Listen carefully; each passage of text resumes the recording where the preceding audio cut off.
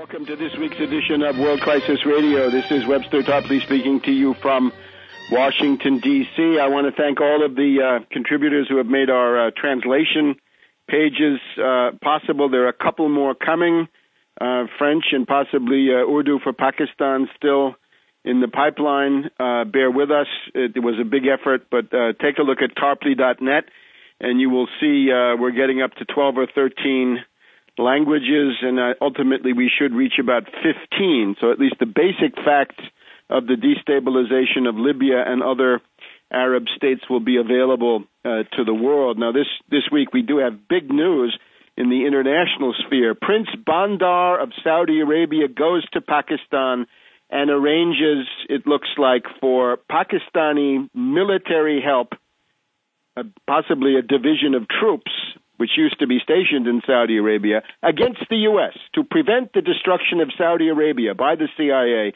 Bandar turns to Pakistan, which of course includes nuclear weapons. So you might say that Saudi Arabia is now coming under the Pakistani nuclear umbrella. As long as we had these different countries striving to leave the empire, looking to Russia, China, and others, this was one thing. But now we actually have an alliance between two current victims of the empire, hoping to be ex-victims of the empire, striving towards Russia, China, but striving also for themselves. But we'll talk about this in the second hour. What we need to pay attention to right now is the world economic situation, and it's focusing on the tragic situation here in Washington, D.C., where we have the usual battle of the Wall Street Democrats led by Obama, the sellouts, the treacherous merchants of deceit and austerity, and the Republican reactionaries. And they're all austerity ghouls. All of a sudden, again,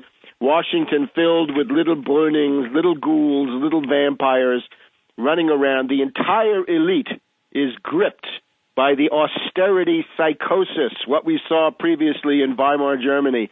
Then it was called Abbauwahn, austerity psychosis. It is economic suicide for any country that falls victims to it. That is what we now have here. We now have Obama's speech last Wednesday on budget philosophy, if we dare say this. Too bad for philosophy, but his approach to philosophy, maybe. And the first stage of the implementation is a fiscal year 2011 budget now passed by House and Senate and signed into law by Obama. The result of these rotten compromises, these tragic sellouts of the American people, will be a deeper depression. The depression in this country will continue to increase. We will have more unemployment. And ironically, given the obsession with deficits, we will have bigger deficits. The experience historically from Brüning in 1930 to 32 to Schwarzenegger only yesterday. When you cut the budget in a depression, you get bigger deficits. That's the insanity of the entire thing. Where are the historians? What happened to economic history? Jobs, of course, completely left out. The debate in Washington can be compared to, I guess, a debate between a guy an axe murderer and somebody who prefers to use a stiletto. The debate is, how do you flay the American people alive? How do you skin them alive? Well, the Republicans say, why? We use a hatchet. Others, the Tea Parties, say, we use a machete. The Democrats say, no, we use a scalpel.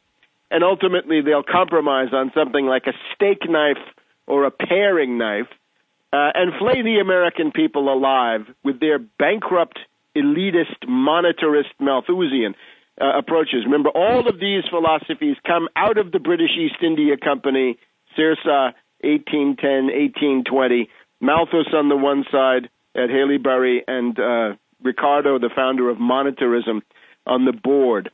Now, let's look, first of all, at the 2011 budget. This is a piece of unspeakable villainy, and of course it's the compromise masterminded by Obama with House Speaker Boehner and Harry Reid, Dingy Harry, I guess he is, from Nevada, for the Senate majority of Democrats. What does this cut? Well, first of all, it cuts a whole series of measures that we can assign to the social safety net.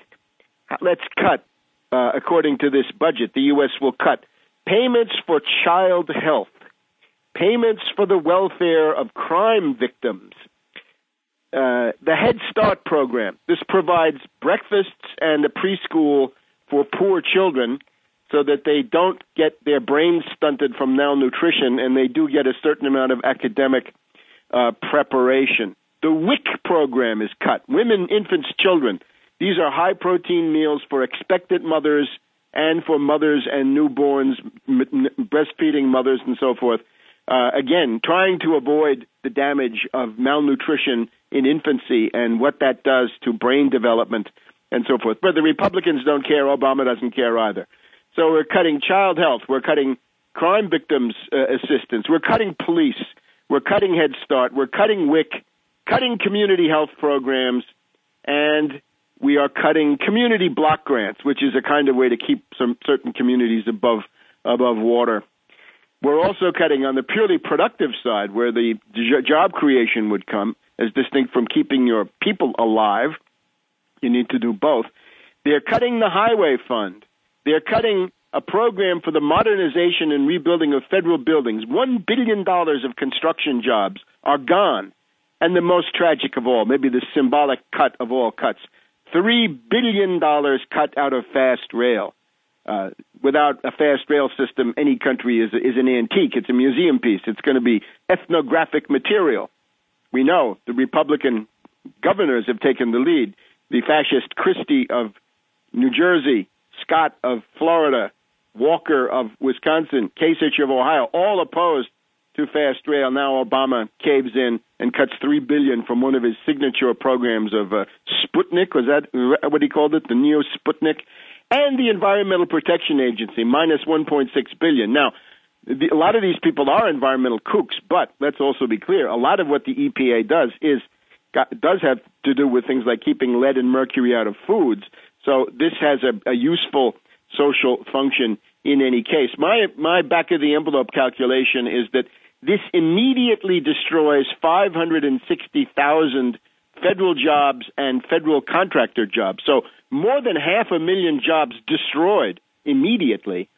And the multiplier effect will be seen in the form of the loss of millions of jobs just based on this short-term rotten compromise to get from April to the end of September. We will have more unemployment. And my diagnosis is this. We will have riots. We will have riots this summer. You've seen it in Greece, in France, in Britain, anywhere where people still have some spirit and some self-respect. The result of this will be riots. So we had under Bush, Mad Dog Bush the Elder, we had the Los Angeles riot. We haven't had any big riots. We'll have to look into the record on that. But we will now get back to an era of large-scale riots, and you can thank Obama and the Wall Street Democrats who voted for this, and you can also thank the reactionary Republicans. The way in which this was passed is very ominous. Obama now does not have the support of the House Democrats. If this were a parliamentary system, and if this measure had been proposed as an issue of confidence, that is, voting against it would be the equivalent of a vote of no confidence in Obama, Obama would have fallen this past week. The measure, this rotten compromise, passed by a vote of 260 to 167. There were 59 Republicans voting no. Most of these are ultra-reactionary Tea Party fanatics, along with some liberal Republicans. But the big news, 108 Democrats vote against Obama, and includes Pelosi, the former Speaker, present Minority Leader, vote against Obama. We'll be back in a minute.